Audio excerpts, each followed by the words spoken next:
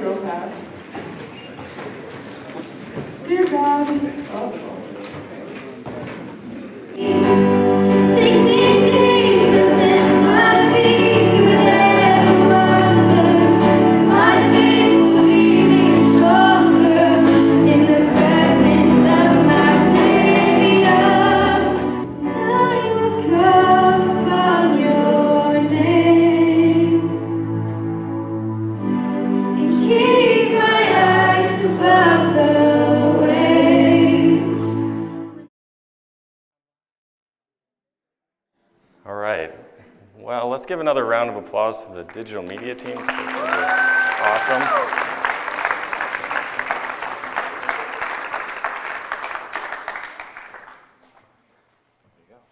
Sweet, thank you.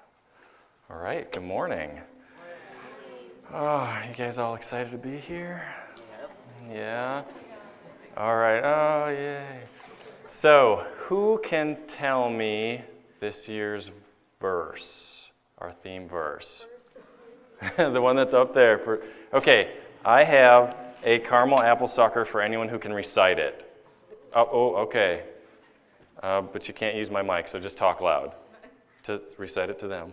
Now finally, all of you should be like-minded and sympathetic, should love believers, be compassionate and humble. Ooh, yay, good job.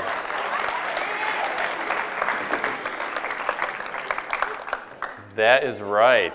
And hopefully you all, how many of you know that? If I were to make you write that down? Okay, that's good. Yeah, so our verse is, now finally, all of you should be like-minded, sympathetic, should love believers and be compassionate, what we're covering today, and humble. So Cordell, I don't know if he's here, but he gave a, is he here somewhere? No, maybe not. Anyway, he gave a great message a couple weeks ago on sympathy and kind of put sympathy and compassion together because they're kind of synonyms. So today we're going to look a little bit closer and make some refinements on what compassion is and what the differences are. So first off, we're going to look at what compassion is. And I think there's kind of like levels to get up to compassion. So the bottom one would be apathy, which is what I get frequently. No, I never get this from you guys in class. But apathy is, I don't care. Oh, Billy, you just failed your quiz. I don't care. Like apathy, right? That would be apathy. So from apathy, you move up to sympathy or maybe pity, and that's kind of an awareness of someone suffering or struggling. And you know, you're aware that, oh, that's bad. Maybe you'll write them a little sympathy card or whatever. But it doesn't go a whole lot beyond that. From there, we move to empathy, which is, I am feeling what you are feeling. You are hurting, and I hurt because you're hurting. And that goes a little bit deeper, right? And then the last one, the word of the day, compassion. And that's where, because I see what you're going through, because I feel what you're going through, it moves me to action. And I want to act to help your suffering, to alleviate your suffering, to stop your suffering, right? Can't see all of you back here. You guys good?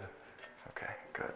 So that's what compassion is. And in fact, here in Psalm 86, it says, "But you, Lord, are a compassionate and gracious God, slow to anger and rich in faithful love and truth." So who's the ultimate picture of God the Father? Because we can't see God the Father, right? So who would we look at besides, like, Josiah? What did you say, death? Dad. Oh, your dad, yeah. But who, like, tangibly walked around God in the... Jesus, the Sunday school answer. Good job, yes. So I want to look briefly at how Jesus expressed compassion. And the word compassion is used a bunch of times in the New Testament. So a few ways that he expressed compassion. One is feeding the hungry. And I mean, there's plenty of verses for that, but Jesus said, you know, he summoned the disciples and said, I have compassion on the crowd. They've been with us for a long time. You guys know the story. Their tummies are rumbly. They're going to like pass out from hunger if we let them go. So he feeds them, right? That's a pretty tangible way to show compassion, right? Another one, there were kind of two main ones. It was feeding hungry people and then healing sick and hurting people. And there are a lot of verses for that, but so Jesus steps ashore, he sees all these people, they're all messed up and hurting and sick, and he has compassion on them. So, up to this point, this is kind of nice, and we're like, yay, feed hungry people, heal sick people, right? But my question as I was looking through this, and this is where our message takes a turn towards kind of some harder stuff. My question was, okay, so Jesus can just heal sick people, feed hungry people, right? So what about the rest of them? If he can just stop hunger, why doesn't he do that? Have you guys ever thought about that? How many of you went to the DR last year? Did you all see anybody that was hungry or, sick or starving? Why could God just stop all of that? Yeah. So why doesn't he? As I was preparing for this, my question was, how can a God who claims to be compassionate, who says, oh, I want to stop this suffering, how can he not stop suffering? How can he not feed people who are hungry if he could feed people that are hungry? You guys ever thought about that? By the way, do you think it's okay to ask hard questions in church or school or whatever? How many of you know people that are struggling with cancer or fighting cancer who have gone home to be with the Lord because of cancer? I know both. Many of you have prayed with me for years and years. This is my 8th year teaching. My aunt, Diane, has had cancer for 8 years, and she is just about done with her struggle. Here's a picture of her last year that I took with my kiddos. So my question is, how can a God who could just heal her let her suffer for 8 years? And she's a Christian. I know she's going to go home with him. But where's the compassion in that? You guys see where I'm going with this? So that kind of begs the question, as I said, if God is truly compassionate, why does he allow evil? And that, as a Bible teacher, as an apologetics teacher, that's kind of the big question, isn't it? That's the question that everybody asks. That's the thing that causes people to not just question God, but to doubt God, to doubt that he's really good or to doubt that he's even really there. And that's what I've been wrestling with. There's this logical problem of evil and suffering, but then there's a really personal one. And a lot of you guys, probably most of you guys know that my wife and I, we have 4 kids. Our youngest is in heaven. Our son, David, should be 5 months old right now, but he didn't get to come home with us. So I'm asking myself very personal questions about God's compassion. God, if you claim to want me not to suffer, if you want to help suffering, how come I only got to hold my baby boy once, right? And probably one of the hardest things I've had to do as a dad, and some of you have seen this video, is, back when my wife was pregnant, we filmed our kids when we told them that she was pregnant, and I just want to show that to you guys, kind of make it more real.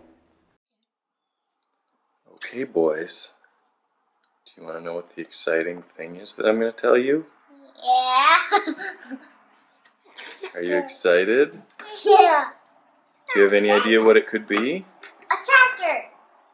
It's better than a tractor. Sit down, baby. A giant tractor. It's even better than a giant tractor. Baby. Oh, a baby? Did you guess baby? You did. Baby. Katie, you're right. Mom's gonna have a baby.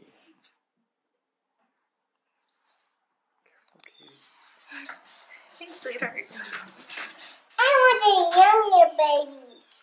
You want a younger baby? You know how Katie's not really a baby anymore, is she? Baby. Well, boys, Baby. Mom is pregnant and she's gonna have another baby. Which means you guys are gonna have either a baby sister or a baby brother. babies? Just know for me, this was a hard message to go through, because I could have done kind of the standard, how can we show compassion? I think that's necessary, but it was a lot more personal for me than that. And so if you want to creep on my Facebook page later and watch my cute kids reacting. And, you know, it was hard because we did the Facebook announcement. We had the picture of the everything, and, you know, then having to come back and not knowing how to react or not knowing why God was doing that, you know, made me question a lot of things. And the main question was, God, tell me how you can be compassionate, and yet my little boy is dead. And I think that's the question that a lot of people are wrestling with. I know there's hurting people in here. You know, how do you say to someone in this school, I'm really sorry that your brother or your sister or your dad or your mom passed away? Or what do you say to someone when they're crying on your shoulder because their parents got divorced, or they lost their best friend, or, you know, whatever? We're not immune from pain, right? This is a hard thing. So, like I said, that causes people, not myself necessarily, because I didn't question God through this process. I questioned, why, God, would you let this happen? But I didn't question, do you exist? Because I think God can be loving and compassionate and yet allow evil in the world. And that's kind of where I'm going to go with this message, is have us as Christians look at this hard issue. Because if you haven't already, are you going to have to comfort somebody who's gone through something really hard? Or is it going to be you, like that kid's going through something hard right now? So that's what we're going to do. I just want to equip you, and this is going to be short. I just want to give you 3 reasons, and I'll show you up here. Oh, if my thing keeps going now that we had a non-Mac fail. Can you just go to the next slide? Okay, so we're going to look at 3 reasons why our compassionate God allows evil, and just see if we can even make sense of this. And before I get into these 3, I want to make a disclaimer. I said why God allows evil, because evil is not a thing that God created. Evil isn't like black gooey stuff, you know, that you just scrape off the bottom of your shoe. Evil is just the absence of good. Kind of the way, you know, if I cast a shadow isn't a thing, it's just the absence of light. Or cold isn't a thing, it's the absence of heat. Or donut holes are just the absence of donutness, right? And I don't mean like the little kind that you can actually get that are actually donut holes. I mean hole in the donut, absence of a donut. So God didn't create evil. That's a whole other thing. But anyway, so first thing we're going to look at to answer this question of how can a compassionate God allow evil. First reason is that moral freedom is a good thing. Could God have programmed us to be moral robots and we just would always do the right thing all the time, every time? Does anybody really want that? We like to make moral choices, right? So, you know, I could, and I don't have my iPhone on me, but I could program my iPhone so that every morning when I woke up, it would say, Mr. Callan, I love you. I could be like, oh, Siri, thank you. That's so thoughtful of you, right? No, that would be weird and creepy and sort of pathetic. And that would have no meaning. Why? Because Siri isn't a person. Siri can't choose to say she loves me or not say she loves me, right? She's just programmed. She just does what she does. There's no meaning in someone doing something good if they couldn't have otherwise done something bad. So the bystander who sees a car wreck, the car's on fire, he runs in and pulls a child out and rescues the child, that person's a hero. Why?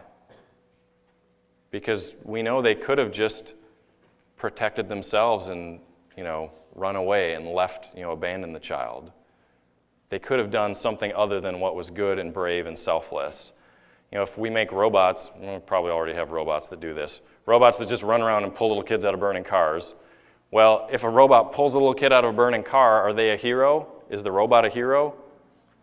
No, because they just do what they're programmed to do. They couldn't not do that, right? So the robot would not be a hero. Only someone who can freely choose to do good or evil, that's where the virtue comes in. That's what makes them a hero. The tricky thing is, in order to get true goodness, you also have to have the possibility of what? Not just choosing good, but choosing evil. So as we blame God and say, God, how could you let this evil thing happen? You know, when someone makes a bad decision or really hurts you. Well, if he wants truly morally free creatures, he can't make them morally free and only choose good at the same time. There's no amount of strength. It doesn't matter how big God's muscles are. You cannot make a morally free creature that can only choose good, because by definition, then they wouldn't be morally free. Does that make sense? So, since moral freedom is good, I think that's a good reason for why God allows evil and pain and suffering. All right, next one. I told you we're going to be brief. Next one, and this is interesting. I hadn't thought about this before. Many virtues can only be experienced in a world where evil exists. So say God chose not to make morally free creatures, and therefore there was not any evil ever in the world, these following virtues would not be possible. Okay? Courage, mercy, forgiveness, patience, comfort, obedience, heroism, perseverance, faithfulness, self-control, long-suffering, submission. How could these even exist if there was no evil? How could you have courage if there's nothing to fear? Do you see what I mean? How could you forgive somebody if we're all moral robots and no one can ever do anything wrong to you? Are these some of the best, highest qualities that anyone can achieve in this life? Are these really, really good things? Yes. If evil did not exist, these would not even be possible. There's no way we could understand these if evil didn't exist. So in a really amazing sort of way, God uses the evil to do something awesome. And that's what he does, right? The most evil thing in the world, the perfect Son of God dying, that ends up being used as the best thing in the world. So another really good reason for evil is we get amazing virtues that we would never know otherwise. We would not be able to understand these. And then the third one, a world with pain and evil builds character that a sinless world could never build. So, could God have made a world in which we could choose whatever we wanted, but not ever choose evil? Could he have made a world like that? Yes. Is that essentially what heaven's going to be like? I think so. There's going to be and we'll get to that, but there's going to be no pain, no suffering, no evil in heaven. Here's the thing, a world like that, a world with no sin ever, would be a good world, but it would not be the best world. Why would it not be the best world? Because all those other virtues would not exist, right? So what God is trying to accomplish, and this is a total change in the way we think, he wants to allow evil for a short time to build character in us, and then eventually wipe out the evil. Let us conquer the evil, build character through that, and then the evil ends up being very temporary, but the character, the perseverance, the long-suffering, that is eternal. And that carries on into heaven forever and ever and ever. And so Paul says in Corinthians, our momentary, he says, here's why we don't give up. Even though our outer person is being destroyed, Paul got his outer person destroyed a lot with whips and shipwrecks and beatings. Even though that's happening, our inner person is being renewed day by day, for our momentary light affliction is producing for us, and listen to this, an absolutely incomparable eternal weight of glory. So we don't focus on what is seen. We don't focus on the stuff that is really painful now, but what is unseen. For what is seen is temporary, but what is unseen is eternal. And that's the crazy thing about God. It's super easy for me to just get all like, oh man, this is going wrong. My son fell off the monkey bars yesterday and his arm still hurts, and which happened. So pray for him, little guy in pain. But all these things that are happening, that's what we focus on, and we tend to feel sorry for ourselves and almost question God. Is God really good by letting that happen? But that's the complete opposite. He, in a strange way, he is good by letting it happen. He could have made a world where we never had to struggle, where we never had to fight, where we never had to grow. By the way, have you all met someone who has just had everything handed to them on a silver platter their whole life? Never had, like, their dad bought them a BMW when they were like 9, and do you know what I mean? And just everything. Oh, here, that's hard for you, don't do that. Like, here, just, what are those people like? Somebody throw some adjectives out there. Snobby, selfish, annoying. Those are terrible. Like, I can't stand people like that, right? They're just spoiled. Ugh. They have no character. If God had made a world where we just got everything immediately, no struggle, no difficulty, we'd all be that. We wouldn't know any different. You don't appreciate what's good unless you've been through what is hard, right? How many of you took a shower this morning? Well, at least 50% of you. Okay, how many of you just sat there and thought, oh, this shower is amazing, like, I'm so thankful, like you prayed God, thanked God. Okay, a couple of you. That's kind of weird. No, that's good. Okay, how many of you have ever been camping for more than 2 or 3 days before? What does it feel like to then take a shower? Oh, praise the Lord. And I don't mean camping where there are showers. I mean camping. Like, you are just ruminating in your own, never mind. You're there, you're nasty. You don't even want to look at people, you want to wear a hat. So you don't really appreciate taking a shower until you've seen what it's like to not have that shower. Does that make sense? That's kind of what it's like here. If all we ever knew was perfection and glory, I don't think we'd really appreciate it the way that we will when we get to heaven someday. And that's, our God is just amazing. So let me show you a couple more verses, then we'll move to conclude. In Revelation, and this is just reinforcing that there will not be pain or suffering in heaven.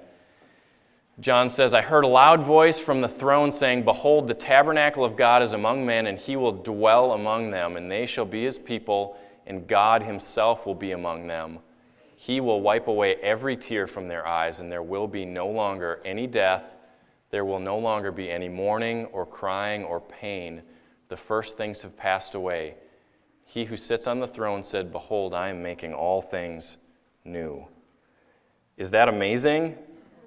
Yes, but we wouldn't be able to appreciate that if we had never known what we know now, right? And James, where am I? I'll just throw a few verses at you. Oh yeah, he says, so consider it great joy when you experience various trials. And here's something that I've gotten wrong for a long time about heaven. I assumed, well, how do you get to go to heaven? How do you get to heaven? Is it based on how good you are or the stuff that you do to get there? No, we can't be good enough, right? So everyone gets to heaven the same way, by letting Jesus pay the price for them. So I assumed since we all got there the same way that in heaven everything would be completely equal. The things that we did in this life wouldn't really matter that much. That's not true. Why is that not true? Because if we can only build character, morally speaking, here and now, guess what's not going to happen in heaven? You will not be able to build moral character. You will not be able to grow, morally speaking, in heaven in the same way you could here. Will we grow in knowledge? Absolutely. Can I grow in perseverance and long-suffering and forgiveness in heaven? No, you will not be able to. So, ladies and gentlemen, we are not just treading water here waiting for heaven. This is the preparation. This is the training grounds. This is where God builds character in you that will last eternity. Does that make sense? Does that make our actions a little more potent, a little more substantial? So I had to change the way I thought, because we're not just waiting around for heaven. The things we do here and now really, really matter a lot. And that's how James can say, consider it great joy when you experience trials. Normally we read that, what do you think when you read that? Like, yeah, right, crazy Christian weirdo. We don't like things when they hurt, but he says consider it joy because that's building character that'll last forever, right? And in fact, we're commanded, if you don't believe me that things are different, not everyone is equal in the same way in heaven, Jesus commands us, store up for yourselves treasures in heaven. Is everyone going to store at the same rate? Why are we commanded to do that if everyone's just going to be equal in that sense? You know what I mean? So it's not that we're saved through works, but our lives here have impact. And then Timothy says, train yourself in godliness, for the training of the body has a limited benefit. All you, where's Chase? All you weightlifters, it's good to exercise, but that's limited to this life. The character, the godliness that we build is not limited to this life. It is eternal. It holds promise for this life and the life to come. That's why it's so important and so amazing. So as I wrap up, what are the 3 reasons again? Why is it good that God allows pain and suffering? First one, moral freedom is actually a good thing, right? What's the second one? Yes. Yeah, we can't even know many virtues without evil. And then the last one, you guys are so cute, thank you. Yes, you can't build character, morally speaking, without pain and suffering. So, let me wrap this up. Does this answer all of our questions about evil? No. Does this really specifically answer why my son is not with our family? No, not specifically. But does it at least take us a long way towards seeing things differently? Towards seeing how God can be good by allowing pain and suffering? I think it does. And I trust that he wants the best possible world, not a world with no sin ever, but a world that has fallen and then been redeemed. I think that is the best possible world. So, in conclusion, how can a compassionate and loving God allow pain and evil in our world? Here's the simple answer. A world that has fallen and redeemed is better than a world that has never fallen at all. So just let me repeat that. A world that has fallen and redeemed is better than a world that has never fallen. By the way, we're not going back to the Garden of Eden when we go to heaven. It's not just a reset. It's going to be better than the Garden of Eden ever could have been. Because Adam didn't know these sorts of struggles, right? Could God have booted the snake out, never let us fall? Absolutely. But what he has in store is so much better than the garden ever could have been.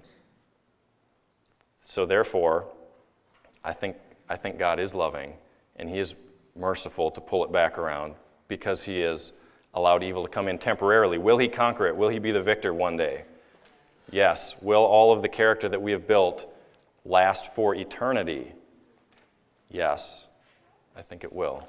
So that may not answer all the questions, but I think it answers some of them. So we're going kind of late, sorry about that. Here's how I want to conclude. First of all, I hope that this was helpful. I hope that you all can look a little differently at the junk you're going through, because you're all going through junk, right? So I want to play for you a song. I don't know if we'll let the whole thing go, because second block or first block, sorry about that. Cutting into it. But I want to play you a song. Dunam's like, keep going. Yes. I don't know who his first block teacher is, but glad I get applause for keeping you out of class. So guys, I want to play you a song, and this is one of my favorite songs ever. It's by Misty Edwards. It's titled, I Knew What I Was Getting Into When I Called You. And it's the idea that God is not bumbling around. God is not surprised by the pain you're going through. He is using it. He has a purpose. He can see the end from the beginning. And the end is so much better than the pain that we have right now.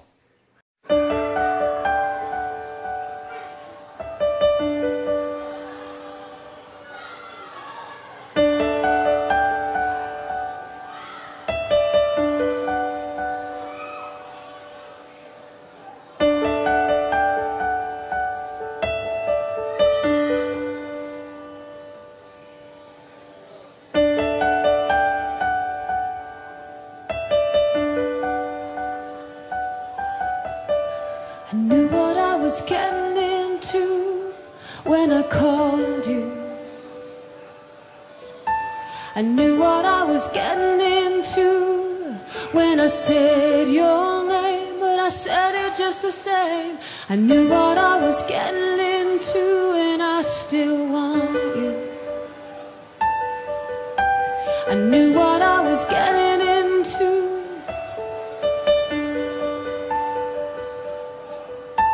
I knew what I was getting into, and I still chose you.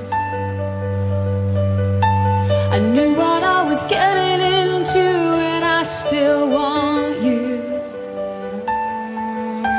I knew what I was getting into, and I still said your name. I said it just the same. I knew what I was getting into.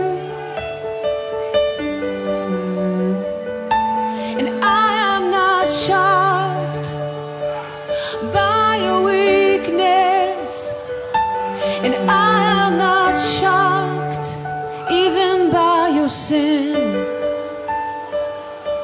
and I am not shocked by your brokenness. I knew what I was getting into, and I still want you.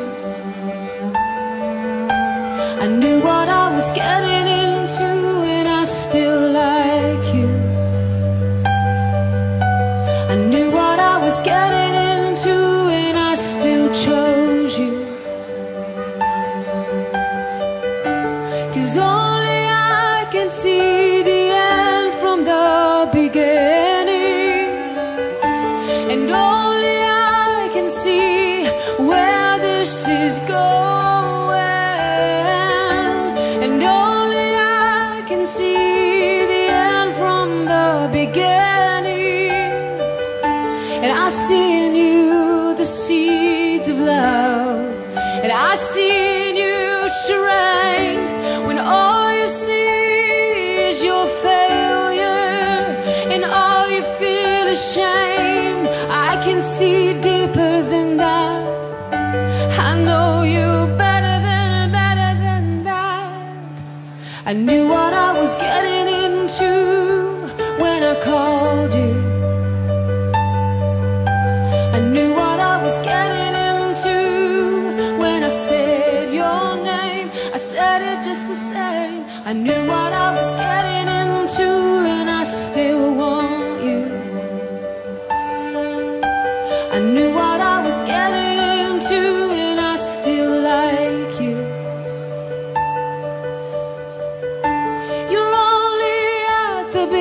Beginning, you've only just begun, and I know where you are going, and all you can see is the moment that you're hurting, and all you can see is the moment that you're aching.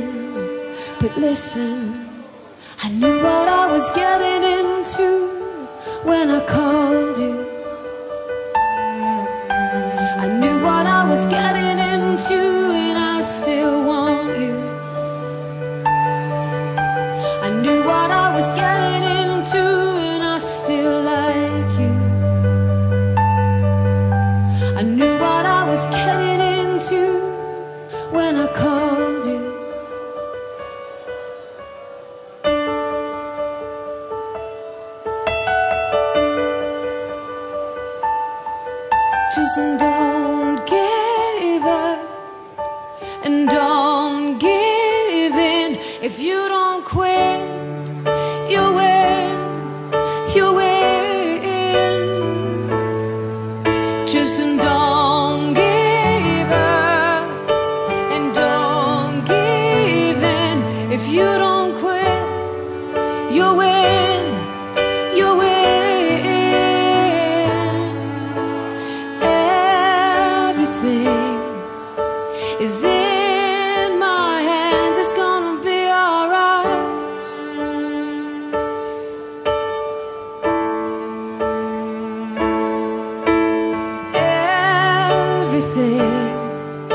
is in my hands. It's gonna be alright.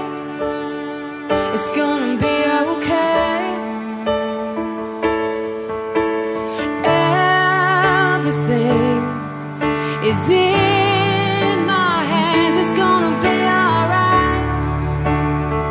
You're gonna be okay. And you don't have to pretend to be something or someone that you're not, 'cause I know you better than that. Even better than that. Listen, my beloved, I knew what I was getting into when I called you. I knew what I was getting into when I said your name. I said it just the same. I knew what I was getting into, and I still like you. I knew what I was getting into, and I still chose you.